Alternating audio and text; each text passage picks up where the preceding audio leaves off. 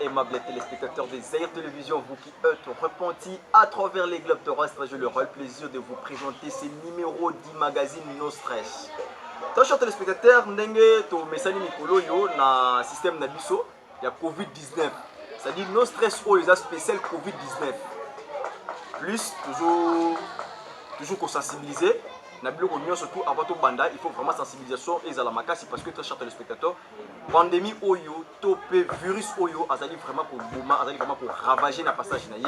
Nango et sengeli la biso nyonso ba communauté humaine ya mukili to bundisa ye tina suka.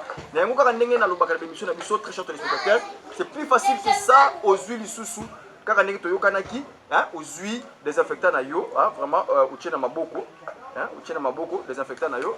Après, ça va coûter, vous savez qu'à la bouillie. Voilà, comme ça. Voilà, comme ça. C'est plus propre que ça. Donc, si vous avez déjà bouillé, voilà, les électeurs de biso, très propre, toujours protégé. Biso moko loko la na ba dépendant na biso. Dans chers téléspectateurs, lelo na ilibino émission à lelo to kolobela plus du côté mboka na biso ndenge to za kokenda. To fanda ki to réfléchir et belé. Ça fait déjà quand même 2 ans. Depuis qu'on connaîtra alternance dans la République démocratique du Congo, très chers téléspectateurs, ça fait déjà 2 ans. Depuis toujours l'institution à Sika, ça fait déjà 2 ans. Depuis toujours le PP à Sika. Mais les lots question d'ambition les alika toujours tout là. Est-ce que alternance au toujours qui est ça fait déjà 2 ans. Les ali cadeau, les ali mérite, to les ali nini. Nous avons très chers téléspectateurs, nous avons une réponse. Et même les téléspectateurs, surtout les sous na sima moi moukia, peuple congolais, bandeko yangai, peuple congolais, à un certain moment, tu brava qui peur. À un certain moment, tu bima qui n'a pas la pour te revendiquer liberté na biso, pour te revendiquer aux acquis droit na biso, pour te revendiquer aux acquis bongo ya biso. Parce qu'à un certain moment, très chers téléspectateurs, la vie est insupportable, la vie est insoutenable. Na concours et congolais surtout ba bazali na Libanda na diaspora, bandeko ba combattant, na ba bazali na kati awa, je fais allusion na bandeko ya catholique na CLC na bango, surtout ba gaba organiser pour que c'est mieux surtout wana ba activité wana ezalika juste pour que tout aboutir na eloko moko oyo le peuple congolais ezali causer la bien-être commun. Parce qu'à un certain moment le peuple congolais a été paupérisé, à un certain moment, le peuple congolais a été prisonnier dans la Mboka. Mais le peuple a brava qui peur. Voire même payer le prix du sang, au sacrifice suprême de la vie dans Bango. Ils ont payé ça.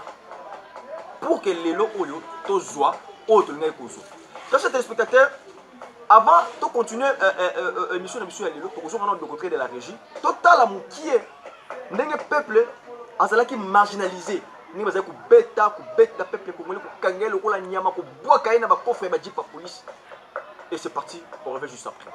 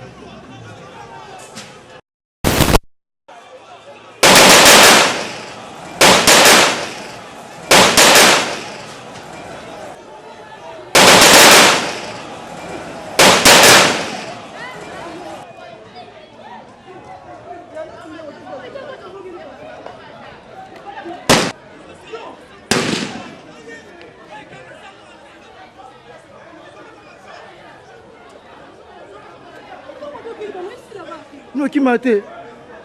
Ah, tu vas nous donner.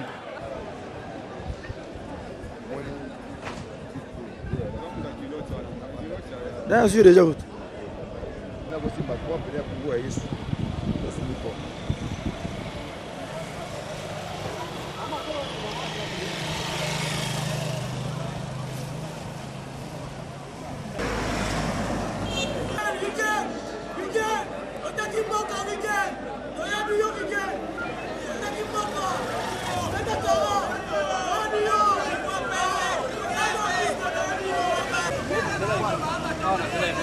Oui, tout ça c'est la suite. Oui, d'accord.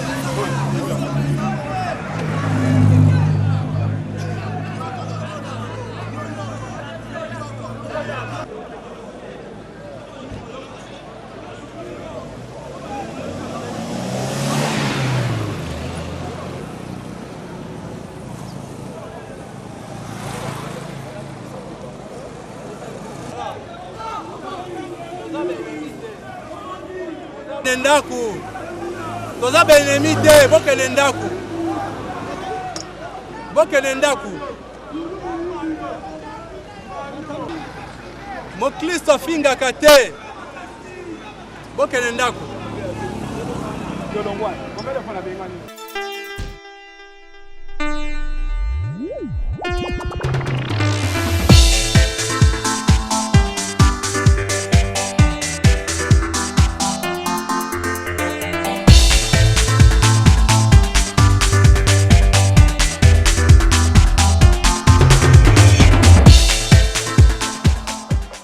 Plateau, très chers téléspectateurs de Zaïre Télévision, on a gagné tout le monde image wana, ils ont vraiment image beaucoup à Mawamindi. Dans le niveau Oyo, à un certain moment, le peuple congolais a combattu na yango. Au Kangé le kola nyama, bois kaye na coffre ya jeep ya police pour azako revendiquer ka ozaki droit na ye. Pour azako réclamer ka ozaki ba droit na ye. Mais lelo Oyo, nous a commis tout na. Ba peuple congolais ba bimi na nzela, ba manifester de partout. Et puis, il faut qu'il y ait l'espoir incarné par des personnes, bien évidemment des hommes politiques, chers téléspectateurs. Les lots quelque chose à est-ce que le peuple congolais Oyo a qui vit en danger? Le peuple congolais Oyo a joué un rôle d'échafaudage pour amatisser les leaders politiques pour les lots qui sont place pour les lots. Est-ce que va remercier un système de brouette?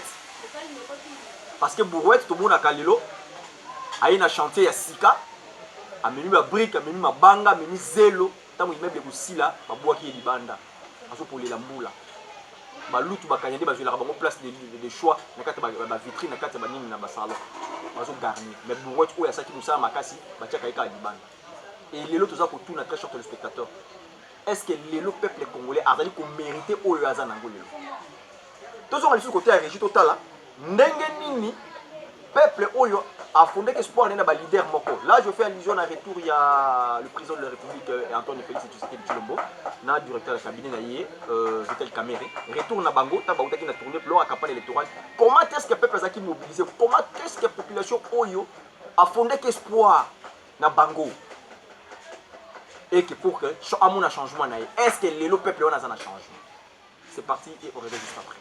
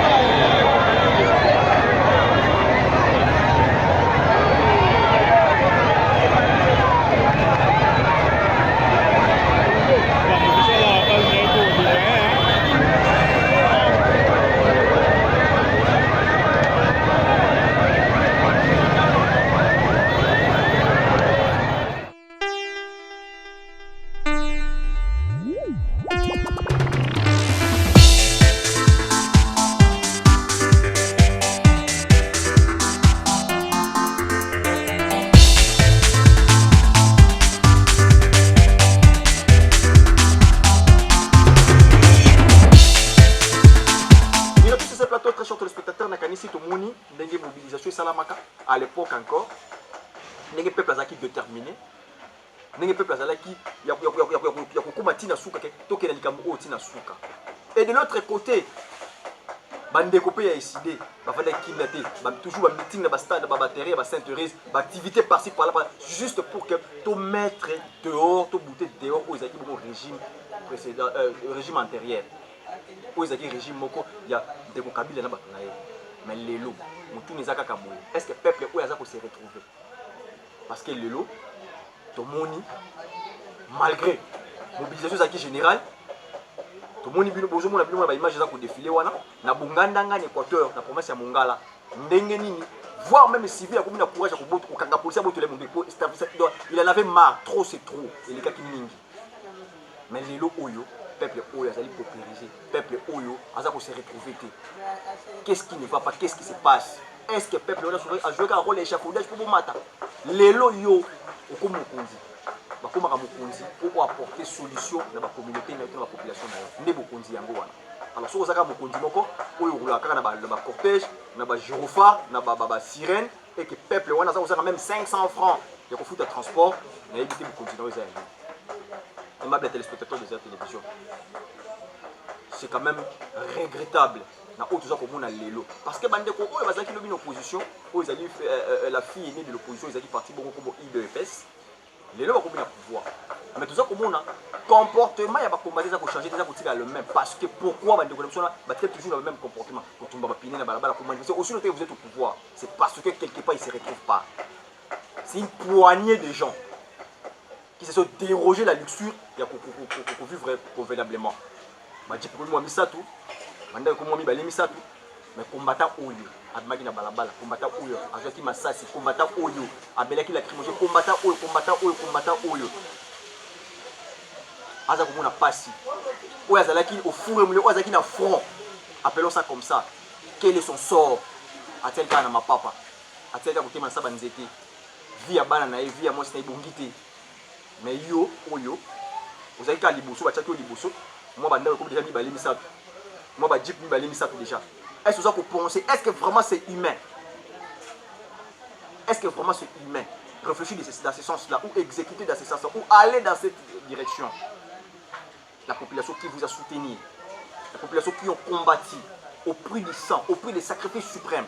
Et les locaux, vous voulez remballer Kedal. Vous avez des binotés, vous commis plus. Vous pouvez savoir que vous avez un service de la maison civile, vous avez pelouse. Jardinage rien.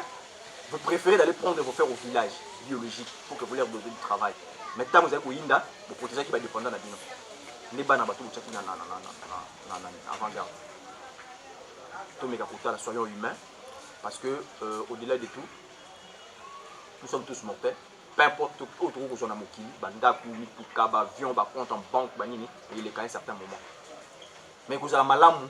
Histoire est interroger au salaki nini na passage dans la moquille. Histoire pour retenir nini, qu'est-ce que l'histoire retiendra? Très chers téléspectateurs de cette télévision.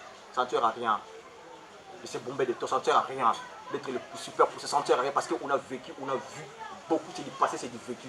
On va te péler dans le boca au baleka. Mais l'histoire va vous aider. Donc vous voyez que place beaucoup mais voilà, ils ont des charges.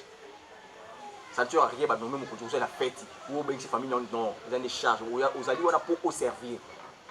Un nom pour que, au sein de ceux qui n'ont pas commis, donc famille n'a pas bon. Tu es nommé ministre, tu es nommé mandataire public, tu es nommé, je sais pas, directeur des cabinets, tu es nommé président, tu es voté président de la République, c'est juste pour que tu sers quelque part une population qui est à côté. On va payer ses chances. On va dire que non, tu fondes espoir dans le corona, il nous a incarné ma valeur. Tu payes sur le mais le lot où tu as comme on. C'est vraiment regrettable. Je fais cette émission avec beaucoup de larmes. Je fais cette émission avec beaucoup de regrets parce que dans ce moment, niveau de compatriotes, niveau misère croissante. Tout bien en époque de dictature, les dollars ils allaient dans 93 000 francs. Mais les lots, soi-disant entre guillemets, n'importe quelle libération, nous l'avons commis ça 75 000. Oyo, vie toujours au Canada. Vie commis très difficile, commis insoutenable, là-bas, temps normal. Les lots ont toujours au coronavirus, le coup la bouclier, et comme le coup la bouclier, coronavirus parce que tout le monde se cramponnait, se cachait derrière coronavirus. Mais avant coronavirus, la vie était toujours insoutenable. La vie était toujours très précaire, très catastrophique, très misérable, très chers téléspectateurs. Vous avez télévision pour qui être repentis à travers le monde. Mais les lots et comme le coronavirus. Réfléchissons, nous sommes humains. Nous sommes présidents de la République, nous sommes ministres, nous sommes premiers ministres, nous sommes mandataires. C'est juste pour apporter la solution aux désidératas de la population. C'est sur ces bases-là que nous sommes nommés ou nous sommes votés. Ça ne sert à rien. Parce que le lot, aux a voiture 5, 6, 15, 20, 30, le pont Mara na Moko. Les populations, à 3 heures du temps, à bus, même 4 heures du temps pour Azouza transporter. Transport pour des alakatés. Azouza n'est pas pour lire. Mais il y a plein de gens qui ont rempli de poubelles. Soyons humains, restons raisonnables. Un grand merci à l'équipe technique qui m'ont accompagné au cours de cet entretien. Un grand merci à l'ingénieur Billy Paul Singa qui était à la réalisation. Un grand merci à Razé Ekoucho qui était à la prise de vue. Un grand merci à Oscar Ekoucho qui était à la prise de son. Un grand merci à Sarah Yamoyo qui a concouru à la rédaction de cet entretien. Je dis un grand merci, un grand merci au pourvoyeur des Zaïre Télévision que j'aime bien l'appeler JMT. Papa Jean-Marie Koubandi, un grand merci à vous. Un grand merci à Maman Élisée de l'autre côté de l'Afrique d'ici qui est autre que la chef du personnel des Zaïre Télévision. Un grand merci à mon fils Farid Ekouchou que j'aime bien. Un grand merci à Maman Chouele Régine de l'autre côté de l'Issaïdé. Un grand merci au commissaire supérieur adjoint de la police ferroviaire. Un grand merci à tous les téléspectateurs Oyo qui battent des acquis précieux pour nous connaître sur l'entretien Oyo. Nango Nakanisi Kimia et puis il y a Kolo et Zalabon Katimabota Nabina. J'espère qu'à la prochaine. Bye bye. Aïe.